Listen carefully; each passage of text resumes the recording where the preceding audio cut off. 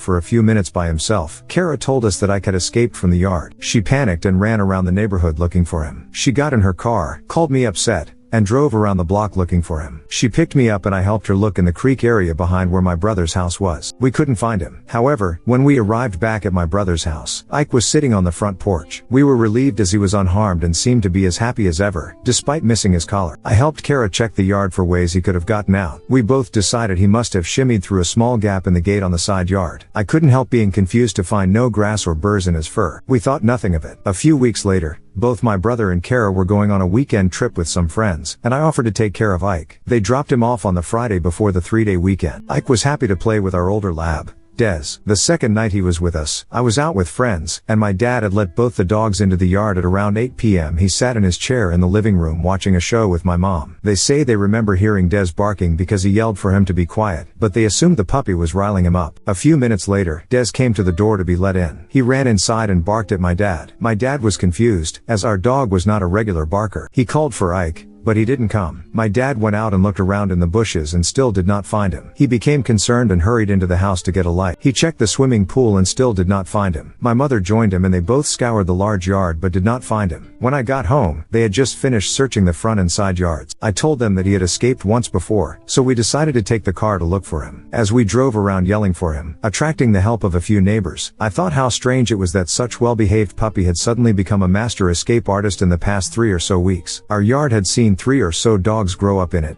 some younger and smaller than Ike, and we had never had that problem. The fences were high and well built, and my dad had replaced the ones on the side of the house just a few summers ago. We did not find him. I hoped that he'd return that night, like he did last time, but he didn't. I informed my brother on Sunday and proceeded to look all day in surrounding areas, the pound, shelters, vet clinics, and even looked to the sides of roads from bodies. We found nothing. My brother was heartbroken. I helped him make flyers to post in our neighborhood and his. A couple weeks passed and we heard nothing. My dad was doing yard work in mid-February. He came in after a few hours and he set something on the kitchen table. "What's that?" I nipped my brow as I saw it. "It's Ike's collar. It was in the front yard. I almost hit it with a mower. You'll have to take it to your brother." It was Ike's collar, his first collar, not the one he had been wearing the night he went missing from our yard. It was his puppy collar, which he had lost the day he got out of the yard at my brother's house. I called Kara and asked her if they had found it, and she said they hadn't and had bought him a new one. That's when it clicked. Someone had stolen my brother's dog not once, but twice. I told my brother, Kara, and my parents my theory, and it was not a difficult one for them to understand. It had to be connected to everything else. Right when we thought she was out of our lives, we decided to take it to the police to add to our case file on Jess. I also told them about the night I had been photographed from my window. The police, like many times before, told us they could not do anything, as there was no proof she had done any of these things. Frustrated, defeated, and frightened again. But a few short weeks later, in April of 2016, new developments would finally end it all. By complete God-sent coincidence, Kara was with her mother in a small town 45 minutes away from ours. We were planning for my 17th birthday that month, and so preoccupied we almost put Jess, and the fact that she undoubtedly had been watching us for months and had stolen, probably ended, my brother's puppy and thrown his collar in our front yard to help us connect the dots and give her credit for the crime. However, while Kara window shopped in the center of the town, she and her mother noticed a car parked on the street, a car with a puppy in it. It was a bit warm out, so they walked to the window and peeked in at the animal. Kara immediately recognized him by his eyes, and the marking on his chest, and the fact that he began crying as soon as she called his name and he saw her. She phoned the police, phoned my brother, and sat on the back trunk of the car. The police arrived as the owner of the car came back to it. The girl was immediately upset by the presence of the police and Kara's angry accusations. The girl was not Jess, and she became rather helpful. The girl said that she had purchased the dog only a few days ago from an ad online. She told police that the girl she purchased her from was super shady and eager to get rid of the dog, who was skinny and at a very cheap price. The girl who had sold her the dog claimed that she didn't want the stupid dog. It was a present from her boyfriend, but it was the wrong kind. Jess had always liked small dogs. She told the police that she had met the girl to purchase the dog at an apartment complex a few minutes from where they were, but that she wasn't sure what apartment the girl lived in. The police, after Kara had informed them of our situation, used Jess's name to find out that she indeed lived in the apartment complex with 2 roommates. They interviewed Jess's roommates the next day, but Jess was not there. They told detectives that they almost never saw Jess. Her room was always locked and she was almost always gone. She didn't have a job, though she claimed to have one, and her mother was there a lot, checking up on her and dropping off her rent to them. However, when they did speak to her, she talked a lot about her past relationship and switched between how much she loved him and his family to how they all deserved to die and were going to hell. With the information given by the girl who had purchased Ike and by Jess's roommates, the police finally had sufficient evidence to search Jess's apartment. I don't know much about what they found, but what I do know horrified my family and horrified me. On Jess's computer, they found hundreds upon hundreds of pictures of my brother, my parents, Kara, and of me, our cars, our houses, my school, my brother's school, and Ike. Pictures taken through our windows at night,